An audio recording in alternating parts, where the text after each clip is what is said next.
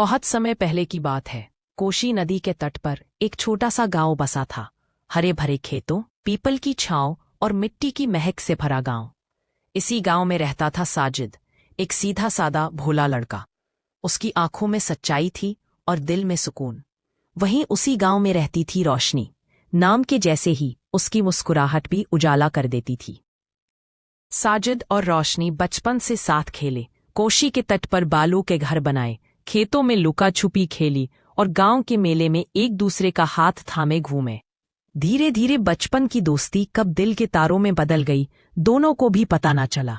रोशनी अक्सर हंसकर कहती, साजिद, एक दिन मैं तुझसे ही ब्याह करूंगी। साजिद भी मुस्कुराता, मगर कुछ कह न पाता। उसकी चुप्पी में ही उसका प्यार था। वक्त गुजरता गया। एक दिन साजिद ने रोशनी को गांव के कुएं पर किसी पराये लड़के से बातें करते देख लिया। बस मन में आग सी लग गई। उसने कुछ पूछा नहीं, कुछ कहा नहीं।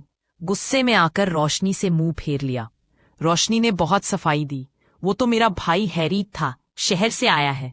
मगर साजिद का दिल पत्थर हो चुका था। उसने उसका हाथ झटक दिया और वहां से चला गया। रात के सन्नाटों में कोशी नदी का बहता पानी गवाही देता। साजिद का दिल रोशनी के बिना अधूरा था। वो तड़पता, मगर अपनी जिद से बाहर ना आ सका। इधर रोशनी की शादी कहीं और तय हो गई। शादी वाले दिन रोशनी की डोली गांव की पगडंडी से गुजरी तो साजिद ने दूर से ही उसे देखा।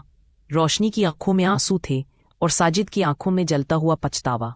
दोस्तों, अगर ये सच्ची अधूरी मोहब्बत की कहानी आपके दिल को भी छू गई हो, अगर कभी आपके भी दिल में किसी की यादें ऐसे ही तड़पती हो, तो हमारे इस चैनल को ज़रूर सब्सक्राइब करें।